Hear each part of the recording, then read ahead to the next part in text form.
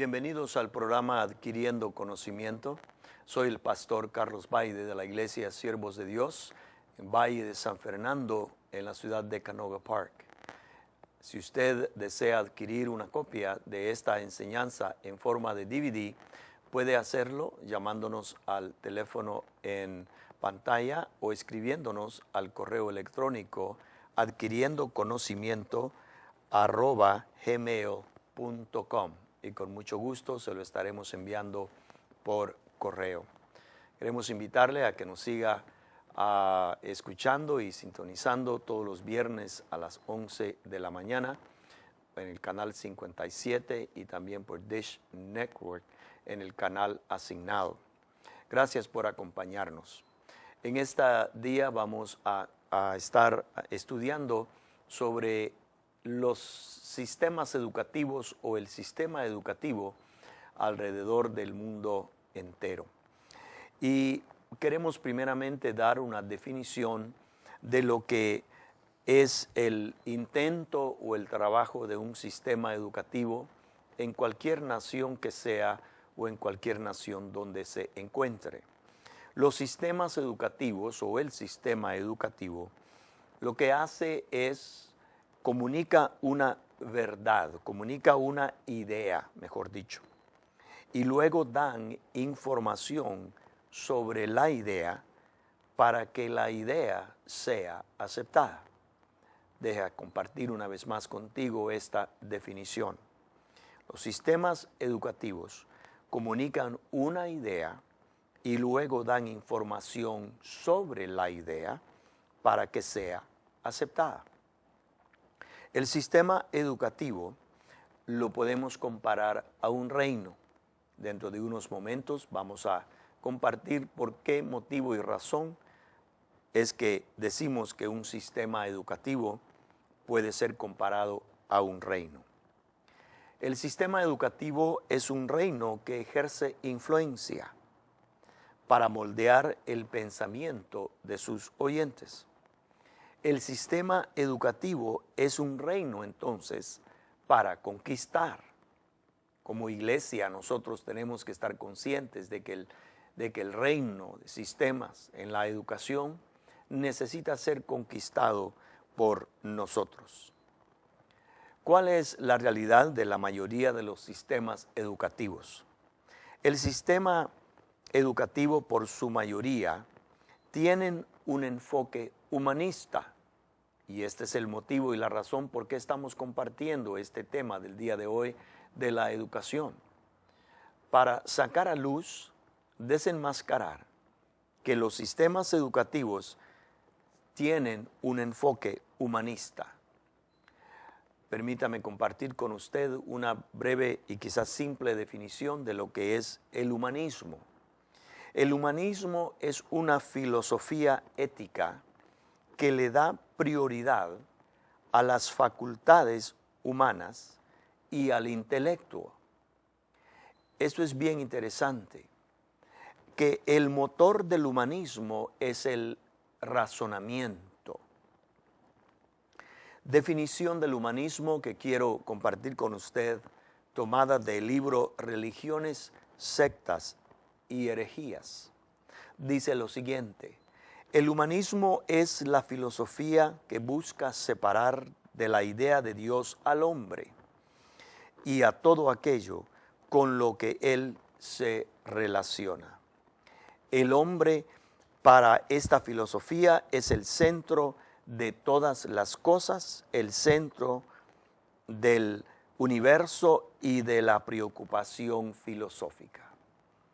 Con esta definición del humanismo bastante amplia, básicamente podemos decir en términos sencillos que el humanismo pone al hombre, a la mujer, o sea, al ser humano, en el centro de todo.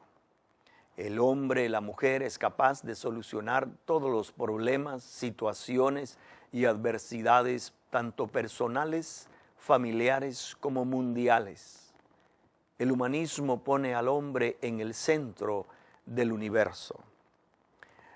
Para su información, esta filosofía del humanismo surgió en el siglo XIV, más o menos los fines del siglo XIV.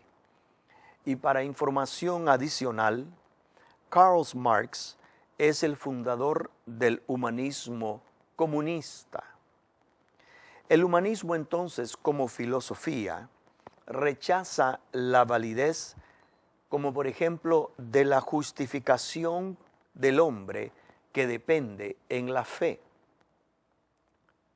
Eso lo rechaza el humanismo. Eso lo repudia el humanismo. También el humanismo rechaza lo sobrenatural y verdades divinamente reveladas. El origen del humanismo lo encontramos en la filosofía griega y en sus filósofos, en donde ellos practicaban y propagaban todo lo que era intelectual.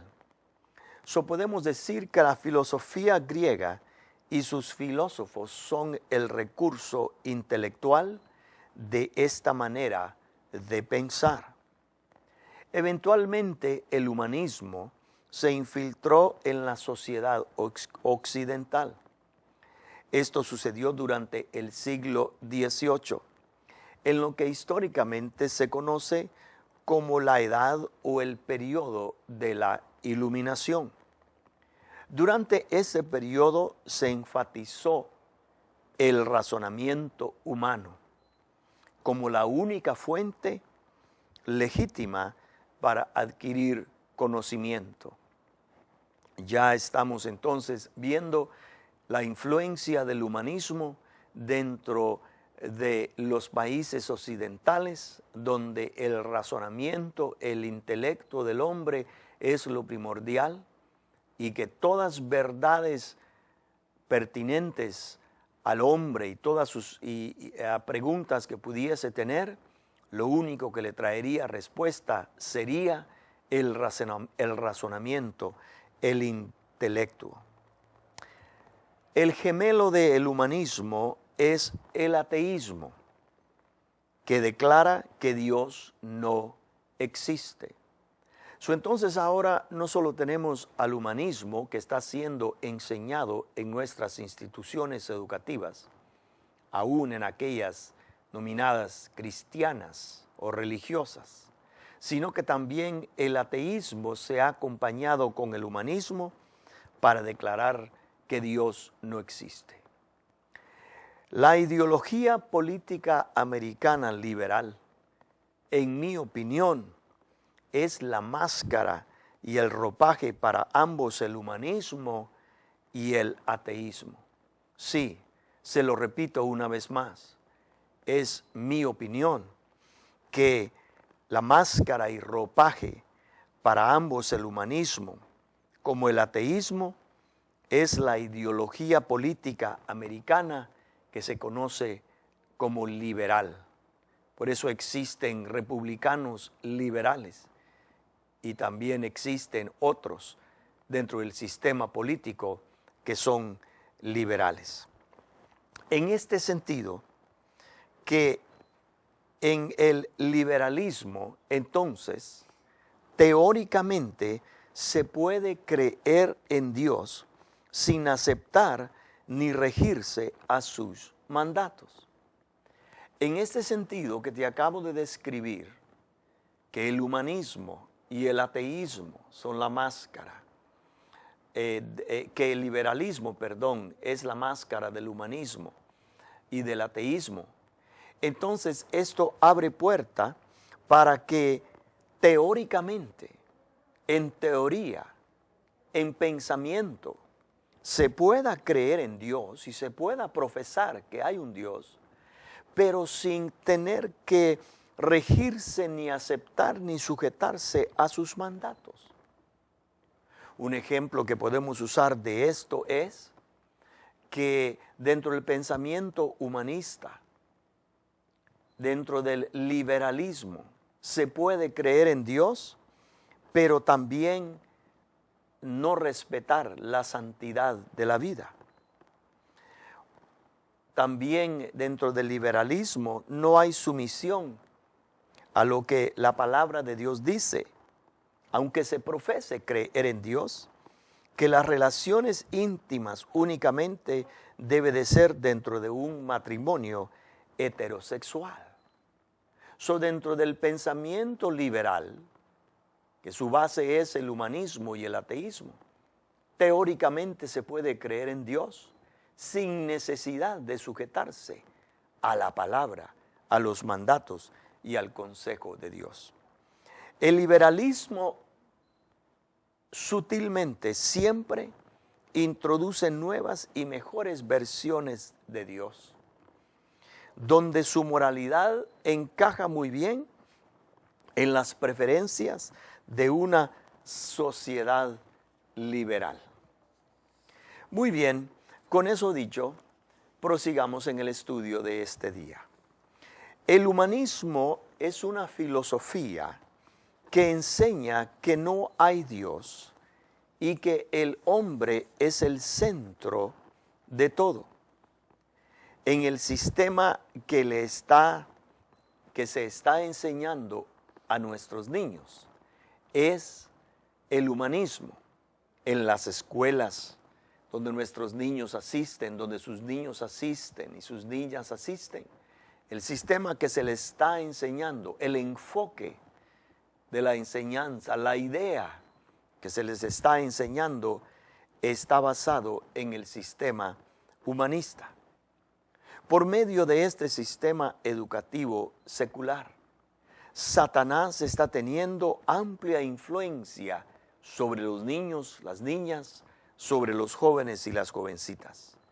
Está plantando en ellos una manera de pensar basado en mentiras y no en la verdad.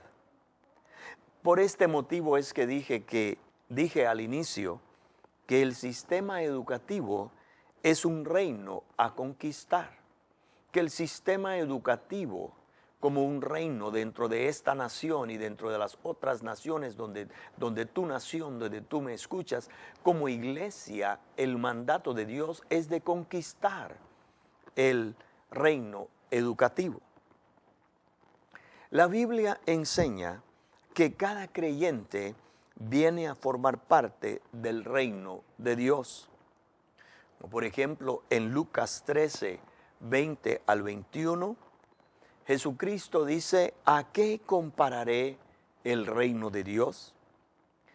El reino de Dios, dijo Cristo Jesús, es semejante a la levadura que una mujer tomó y la escondió en 3 medidas de harina hasta que todo quedó fermentado. Jesús enseña sobre la influencia silenciosa pero poderosa del reino. Así como la levadura tiene poder de expansión, así el reino de Dios tiene poder para influenciar sobre el sistema educativo de nuestra nación, de los Estados Unidos y de la nación donde tú vives y radicas. La levadura, esto es bien interesante. La levadura sin mezclarse con la harina es totalmente inefectiva. De igual manera, el poder de influencia del reino de Dios, separada de los sistemas educativos, es inefectiva. Por eso decimos que el reino educativo de las naciones, el sistema del humanismo, necesita ser conquistado porque es un reino que está ejerciendo amplia influencia sobre nuestros hijos, nuestras hijas, moldeando la manera de pensar particular de los jóvenes y de las jovencitas. La Biblia enseña también que cada uno de nosotros como creyentes venimos a formar parte de la iglesia y que nosotros somos reyes y nosotros somos sacerdotes. Básicamente nosotros como iglesia somos una nación adentro de otra nación. El libro de Pedro dice que nosotros somos un real sacerdocio, una nación santa, separada para Dios. Entonces nosotros somos una nación adentro de otra nación. Sí, mi hermano, sí, mi hermana, en cualquier nación que tú me escuches y que tú me oigas, que estás viendo este programa, tú eres, como iglesia de Cristo Jesús, una nación adentro de otra nación.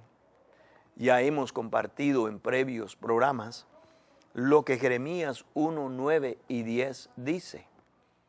Así como el Señor puso esa unción profética sobre Jeremías, también la ha puesto sobre la iglesia. Jeremías capítulo 1, versículo 9, versículo 10, dice lo siguiente: He aquí, he puesto mis palabras en tu boca, te he dado autoridad sobre los reinos y sobre las naciones, para arrancar, para derribar, para destruir y para derrocar, para edificar y para plantar. Esta es la tarea profética de la iglesia. Estas palabras, esta profecía no solo fue para Jeremías, sino que también es para nosotros como iglesia de Cristo Jesús. Es mi creer que antes que el ministerio profético de Elías vuelva a funcionar en la tierra una vez más, como dice el libro de Malaquías, donde el espíritu de Elías va a volver y va a haber restauración entre padres y madres, madres e hijas, antes del gran juicio venidero. Es mi creer que antes que se manifieste la unción de Elías en la iglesia, antes de eso se va a manifestar la unción de Jeremías sobre la iglesia, y vamos a hacer la tarea sobre reinos y sobre naciones de arrancar la corrupción, de derribar sistemas ilegítimos, de destruir la obra del enemigo y arrancar y botar todo lo diabólico para luego edificar y plantar con la palabra que el Señor nos ha dado. La palabra del Señor, hermano, hermana, ya está en nosotros. ¿Cuál es el propósito de esa palabra que el Señor ya plantó en nosotros? Es con un propósito específico, y también es un depósito de su gracia y de su poder. ¿Para qué? ¿Para quedarnos con ella dentro de nuestro espíritu, de nuestra mente? No, es para que nosotros declaremos esa palabra sobre naciones, sobre reinos. Y Él nos dice ahí mismo, en Jeremías capítulo 1, de que Él vela sobre su palabra para cumplirla, o sea, para ejecutarla. Hablemos un poquito sobre qué es un rey. Un rey es alguien que ejerce influencia, que tiene autoridad. Como iglesia se nos ha dado autoridad para ejercer influencia en el reino educativo. Volviendo una vez más al tema, que es la educación, y que el enfoque de la educación, por su mayoría en los sistemas, en cada una de las naciones de la tierra, su programa es de propagar el humanismo y el ateísmo. Entonces, volviendo a esto, nosotros como reyes que somos, y que nos ha dado Dios su poder y su gracia en nosotros, y ha puesto su palabra en nosotros, la ha puesto ahí para que nosotros ejerzamos autoridad, para tener influencia en el reino educativo en las naciones donde nosotros vivamos. Ahora, el ejercer influencia en el sistema educativo de cualquier nación donde nosotros vivamos es básicamente una batalla. En Efesios 6:12 encontramos y leemos que nuestra lucha no es contra sangre y carne, sino contra principados, potestades, gobernantes en este mundo de tinieblas, contra huestes espirituales de maldad. Se lo leo una vez más, Efesios 6:12. Nuestra lucha no es contra sangre y carne, sino contra principados, potestades, gobernantes de este mundo de tinieblas, contra huestes espirituales de maldad. Entonces nuestra batalla, entonces nosotros tenemos una batalla en contra un enemigo que se ha infiltrado en el sistema educativo. La batalla entonces es espiritual, que debe ser acompañada con oración, declaración y acción. Todo tiene que ser basado en la oración. No vamos a ir muy lejos ni vamos a poder alcanzar la meta de conquistar el reino educativo si primeramente no está acompañada con oración. Pero ¿qué tipo y qué clase de oración es la que debemos practicar? En primer lugar, necesitamos orar y pedirle a Dios que nos dé la estrategia divina para conquistar el reino de la educación. Nadie va a la batalla sin ninguna estrategia. Nadie va a la conquista sin ningún plan de milicia. Nadie emprende conquistar un reino, sino antes medita y traza un plan para poder ser efectivo y conquistar ese reino. De igual manera nosotros como iglesia, como una nación adentro de otra nación, como ya lo hemos dicho, necesitamos primeramente orar para que Dios nos dé la estrategia de batalla, así como Josafat buscó la estrategia de batalla del Señor delante de sus enemigos y Dios le reveló una estrategia divina, así también nosotros.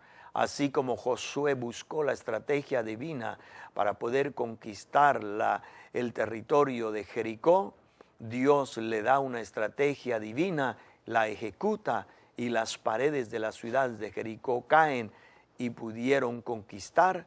Así también nosotros como iglesia, como una nación, como un ejército que estamos en una batalla, necesitamos orar y pedir la estrategia divina. Ya no basta, hermano, y no es suficiente tener ideas humanas, no basta tener ideas nobles de cómo vamos nosotros a conquistar el reino educativo de cada una de nuestras naciones. Ya no es suficiente, necesitamos estrategias divinas. Luego hay que orar también para que aquellos creyentes, para que la iglesia de Jesucristo, aquellos creyentes que trabajan ya en el sistema educativo, para que ellos se den cuenta del lugar estratégico que ellos ocupan para hacer influencia en su lugar de empleo. Necesitan saberlo, necesitan ser instruidos, necesitan ser capacitados para que ellos se den cuenta de que no están ahí únicamente para enseñar el humanismo, sino también para hacer influencia. También hay necesidad de declarar. Con esto me refiero a la importancia de declarar la palabra del Señor, arrancando el engaño dentro de sistemas educativos. Luego hay que derribar. ¿De qué se trata esto? De derribar fortalezas y potestades que están operando en los sistemas educativos de nuestras naciones. Y luego también hay que derribar, como dice el Nuevo Testamento, argumentos y todo razonamiento altivo que se levanta contra el conocimiento de Dios. Entonces la tarea de la iglesia es declarar, derribar, destruir y a levantarnos en contra todo argumento y razonamiento. Luego hay que accionar. Por acción me refiero a que hay que recibir la estrategia de batalla y luego organizar a la iglesia para la acción.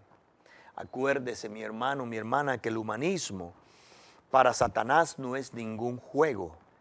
Él continuará tratando de ejercer influencia sobre la manera de pensar de la niñez y de la juventud. Te dejo con este último versículo En Isaías 60, capítulo número 1, donde dice, levántate, resplandece, porque ha llegado tu luz y la gloria del Señor ha amanecido sobre ti. Dios te ha escogido a ti, me ha escogido a mí y ha escondido en nosotros su luz y su gloria, así como la mujer esconde la levadura en la harina, así Dios ha escondido su luz y su gloria en el lugar donde nadie sospecha que está. ¿Sabes a dónde? En ti y en mí.